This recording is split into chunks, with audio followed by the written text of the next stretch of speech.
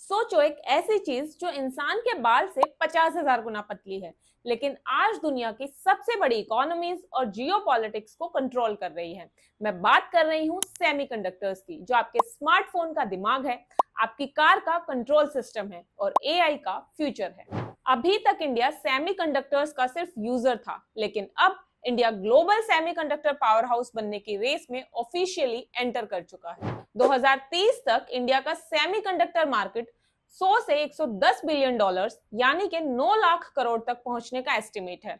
और इस रेस को जीतने के लिए गवर्नमेंट ऑलरेडी 76,000 करोड़ का इंडिया सेमीकंडक्टर मिशन 1.0 लॉन्च कर चुकी है, जहां एलिजिबल कंपनीज को उनके प्रोजेक्ट कॉस्ट पर 50% तक की सब्सिडी दी जा रही है। मतलब आधा पैसा सरकार लगा रही है। और कहानी यहीं खत्म नहीं होती। गवर्नमेंट ने अब सेमीकंडक्टर मिशन 2.0 भी लॉन्च कर दिया है, जिसमें सरकार लगभग 1.2 लाख करोड़ का बड़ा एलोकेशन प्लान कर रही है। इस नए फेज में फोकस सिर्फ मैन्युफैक्चरिंग पर नहीं, बल्कि R&D, चिप डिजाइन और 3 नैनोमीटर एंड 2 नैनोमीटर जैसी एडवांस टेक्नोलॉजीज पर होगा, ताकि इंडिया ग्लोबल लेवल पर कंपीट कर सके। मतलब साफ है, इंडिया अब सिर्फ चिप बनाना नहीं, पूरा इकोसिस्टम कंट्रोल करना चाहता है। तो आज के इस वीडियो में हम सेमीकंडक्टर सेक्टर के वो टॉप 2 सेमीकंडक्टर स्टॉक्स को आइडेंटिफाई करेंगे जो इस बूम का सबसे ज्यादा फायदा उठा सकते हैं। लेकिन ये दो स्टॉक्स बताने से पहले ये समझना जरूरी है कि आखिर सेमीकंडक्टर सेक्टर इतनी तेजी से क्यों ग्रो कर रहा है। तो इसका सिंपल सा आंसर है डिमांड एक्सप्लोजन। देखो, 2023 में इंडिया की सेमीकंडक्टर मार्केट सिर्फ 38 बिलियन डॉलर्स की थी और 2030 तक ये बढ़कर 110 बिलियन डॉलर्स की होने वाली है। मतलब सिर्फ 7 सालों में लगभग 3 गुना ग्रोथ। और ये ग्रोथ हवा में नहीं आ रही। आज एक मॉडर्न कार में 1000 से लेकर 3500 तक चिप्स लगती हैं और एक स्मार्टफोन में 160 से भी ज्यादा चिप्स लगती हैं। मतलब आपकी गाड़ी भी चिप पर चल रही है और आपकी डेली लाइफ भी। और फ्यूचर में एआई, डिफेंस सिस्टम्स, सैटेलाइट्स और ईवीज सब कुछ सेमीकंडक्टर्स पर ही डिपेंडेंट होने वाला है। और इसी वजह से इंडिया का टारगेट है कि 2029 तक हम अपनी 70 to 75% डोमेस्टिक सेमीकंडक्टर डिमांड खुद ही मैन्युफैक्चर करें।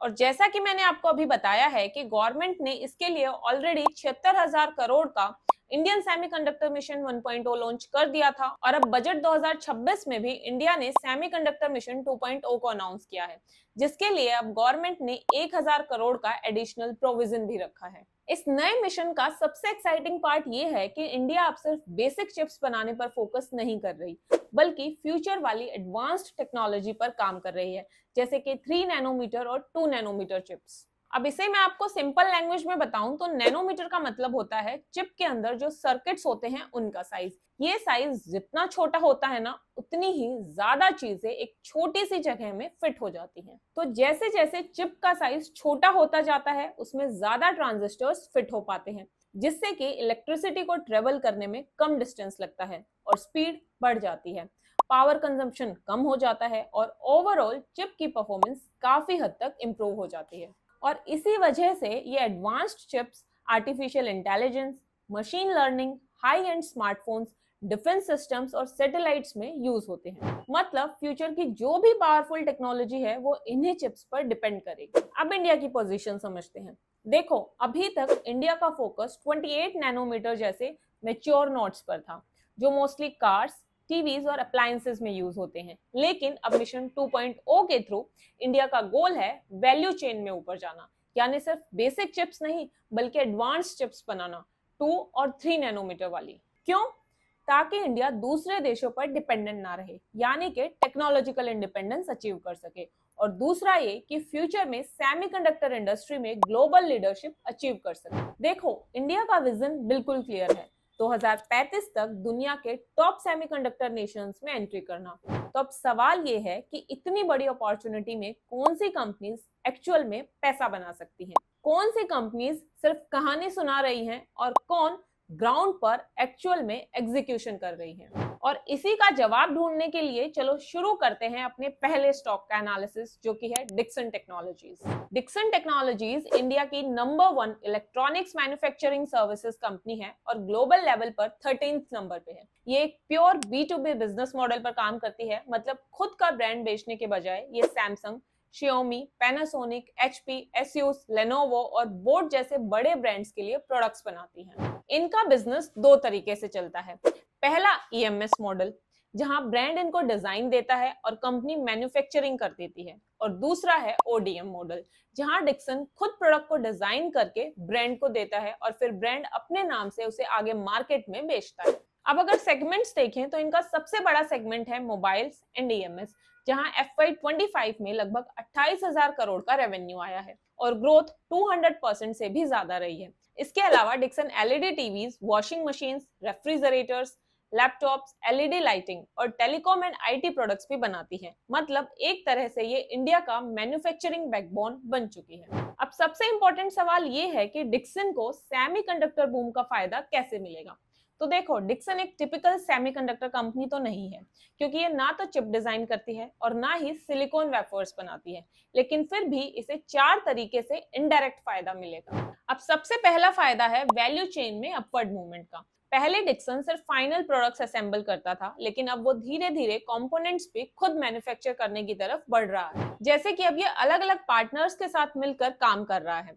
HKC के साथ डिस्प्ले यानी कि स्क्रीन्स बना रहा है, क्यूटेक के साथ कैमरा और फिंगरप्रिंट जैसे इंपॉर्टेंट पार्ट्स बना रहा है, और इन्वेंटेक के साथ मेमोरी और स्टोरेज यानी कि SSD बना रहा है। मतलब जो कंपोनेंट्स पहले इंपोर्ट होते थे, अब डिक्सन उन्हें इंडिया में ही बनाने जा रहा है। और जैसे जैसे कंपनी वैल्यू चेन में ऊपर जाती जाएगी, मार्जिन्स ऑटोमेटिकली बढ़ते जाएंगे, जिससे कि कंपनी के प्रॉफिट्स इंक्रीज होंगे। दूसरा बड़ा फायदा डिक्सन को गवर्नमेंट सपोर्ट का मिल रहा है।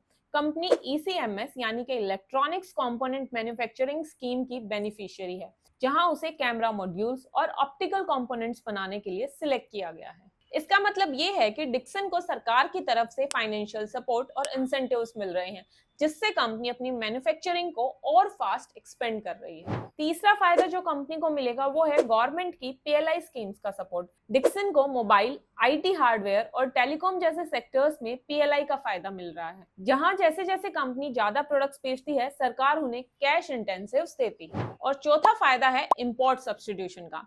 आज भी इंडिया मेमोरी, SSD और डिस्प्ले जैसे पार्ट्स के लिए चाइना और ताइवान पर डिपेंड करता है, लेकिन अब बड़े ब्रांड्स जैसे कि सैमसंग, Xiaomi, HP और Asus चाहते हैं कि उनकी मैन्युफैक्चरिंग इंडिया में ही हो, ताकि उनकी सप्लाई चेन सेफ रहे। यहीं पर डिक्सन एक ट्रस्टेड मैन्युफैक्चरिंग पार्टनर बन रहा है।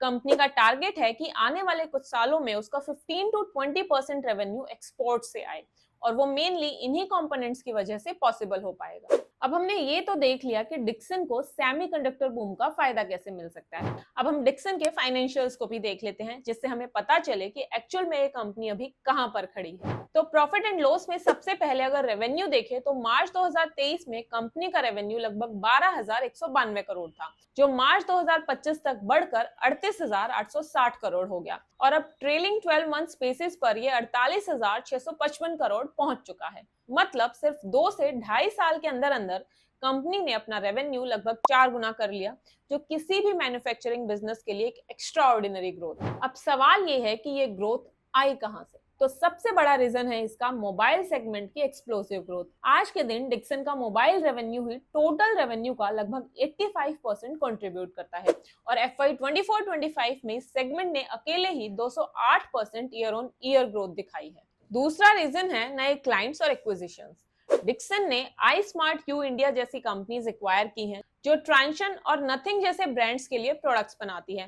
साथ ही HP, Asus और Lenovo जैसे बड़े ग्लोबल ब्रांड्स भी डिक्सन के साथ जुड़ गए हैं, जिसका फायदा ये हुआ कि कंपनी के पास ऑर्डर्स काफी बढ़ गए हैं और बिजनेस भी स्ट्रॉन्ग हो गया। अब इसके बाद मार्जिन्स देखें तो वो पिछले काफी सालों से स्टेबल हैं, 4% पर। पहली नजर में ये मार्जिन्स काफी कम लग सकते हैं, लेकिन यहाँ एक इंपॉर्टेंट चीज समझना जरूरी है। डिक्सन जिस इंडस्ट्री में काम करती है यानी EMS, वो ग्लोबली एक लो मार्जिन बिजनेस है, और यहाँ असली गेम मार्जिन्स का नहीं बल्कि वॉल्यूम और एफिशिएंसी का होता है। मतलब कंपनीज कम मार्जिन पर काम करती हैं, लेकिन बहुत बड़े स्केल पर प्रोडक्शन करती हैं, ताकि ओवरऑल जो प्रॉफिट है वो ज्यादा हो। अब बात करते हैं डिक्सन के नेट प्रॉफिट की। मार्च 2023 में कंपनी का नेट प्रॉफिट सिर्फ 255 करोड़ था, जो मार्च 2025 में बढ़कर 1233 करोड़ तक पहुंच चुका है। मतलब सिर्फ 2 से 2.5 साल में प्रॉफिट ने 6 गुना के आसपास जंप दिखाया है। अब पहली नजर में ये नंबर्स बहुत एक्सप्लोसिव लगते हैं, लेकिन यहाँ एक इंपॉर्टेंट चीज समझना जरूरी है। इस प्रॉफिट में अगर आप ध्यान से देखोगे तो लगभग 463 करोड़ का एक एक्सेप्शनल आइटम भी इंक्लूडेड है, जो कोर बिजनेस से नहीं आया। ये एक्चुअली एक इन्वेस्टमेंट रिवैल्यूएशन गेन है। इसके पीछे स्टोरी ये है कि डिक्सन का पहले एक जॉइंट वेंचर था जिसका नाम था AIL डिक्सन टेक्नोलॉजीज, जिसमें उन्होंने अपना 50% स्टेक आदित्य इंफोटेक को दे दिया था और बदले में कैश लेने के बजाय कंपनी में 6.5% इक्विटी स्टेक ले लिया। अब जब आदित्य इंफोटेक लिस्टेड हुई और उसकी वैल्यूएशंस बढ़ी तो डिक्सन के पास जो स्टेक था उसकी वैल्यू भी बढ़ गई। लेकिन हमारे लिए इंपॉर्टेंट बात ये है कि ये एक्चुअल बिजनेस प्रॉफिट नहीं है, ये सिर्फ एक पेपर गेन है और वन टाइम नेचर का गेन है जो बार बार रिपीट नहीं होगा। इसलिए कंपनी ने खुद भी रिपोर्टेड प्रॉफिट आफ्टर टैक्स के साथ साथ एडजस्टेड प्रॉफिट आफ्टर टैक्स भी दिखाया है। जैसे कि FY 24-25 में डिक्सन का रिपोर्टेड प्रॉफिट 1233 करोड़ दिख रहा है, लेकिन ये एक्सेप्शनल आइटम हटा दें तो actual adjusted profit after tax जो है वो लगभग 706 करोड़ का है। और अब यहाँ पर इंटरेस्टिंग चीज ये है कि ये वन टाइम गेन हटाने के बावजूद भी डिक्सन का प्रॉफिट 375 करोड़ से बढ़कर 706 करोड़ हो गया है, यानी कि ऑलमोस्ट 92% ग्रोथ, जो अपने आप में काफी स्ट्रॉन्ग है। इस प्रॉफिट ग्रोथ के पीछे के रीजंस बताऊं तो सबसे पहला रीजन है वर्किंग कैपिटल साइकिल, जो लगभग 7 डेज का है और इसका डेट टू इक्विटी रेशियो सिर्फ 0.34 है, मतलब कंपनी ऑलमोस्ट डेट फ्री है। कम कर्जे की वजह से फाइनेंस कॉस्ट कंट्रोल में रहती है, जो डायरेक्टली नेट प्रॉफिट को बूस्ट करती है। और दूसरा रीजन है कि कंपनी का एसेट टर्नओवर काफी हाई है।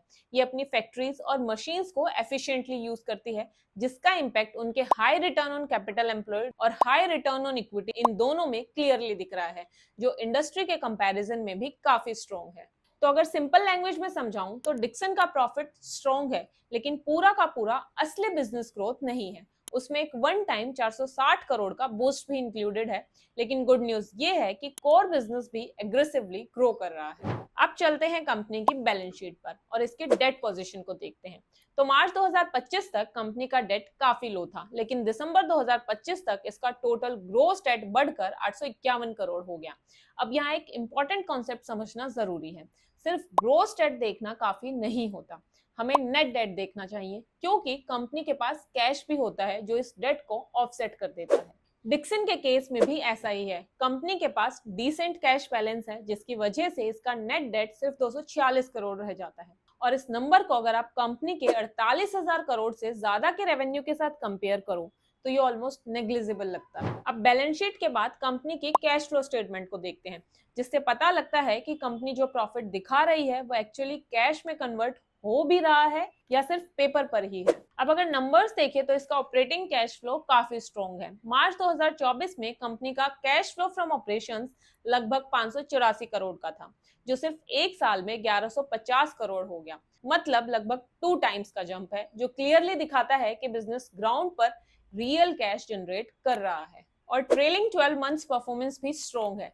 दिसंबर 2025 तक के सिर्फ 9 महीनों में ही कंपनी 1089 करोड़ का ऑपरेटिंग कैश जनरेट कर चुकी है। इसके अलावा कंपनी का फ्री कैश फ्लो भी बताऊं तो वो भी अभी स्ट्रॉन्ग है, 369 crore.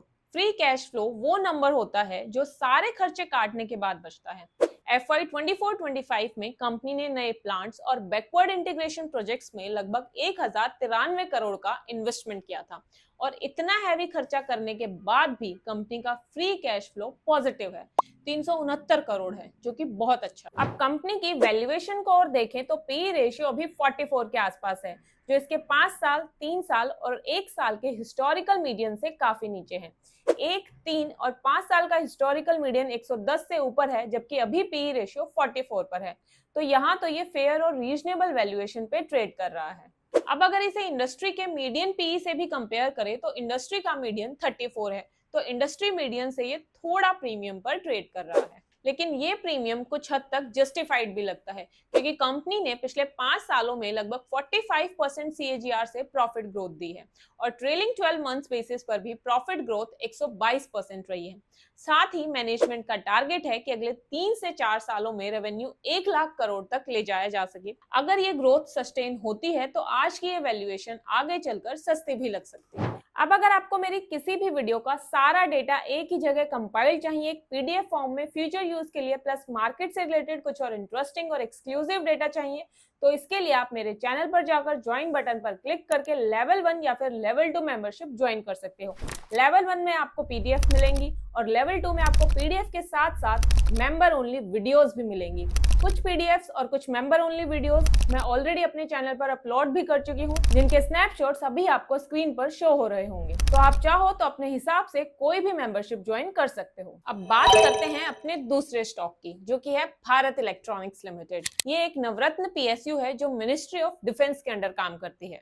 Bharat electronics limited high tech defence systems बनाती है और इनका लगभग 90% बिजनेस डिफेंस से ही आता है, जिसमें रेडार्स बनाती है जो दुश्मन को ढूंढने में मदद करते हैं, मिसाइल सिस्टम्स को कंट्रोल करने वाले इलेक्ट्रॉनिक्स बनाती है, आर्मी के लिए सेफ कम्युनिकेशन सिस्टम्स बनाती है, ऐसे सिस्टम्स बनाती है जो दुश्मन के सिग्नल्स को रोक सके, और नेवी और टैंक्स के लिए इंपॉर्टेंट इलेक्ट्रॉनिक इक्विपमेंट्स भी प्रोवाइड करती है। अब डिफेंस सिस्टम्स के अलावा ये ईवीएम और वीवीपैट मशीन्स, रेलवेज का कवच सिस्टम और स्मार्ट सिटी और साइबर सिक्योरिटी सॉल्यूशंस पर भी काम करती है।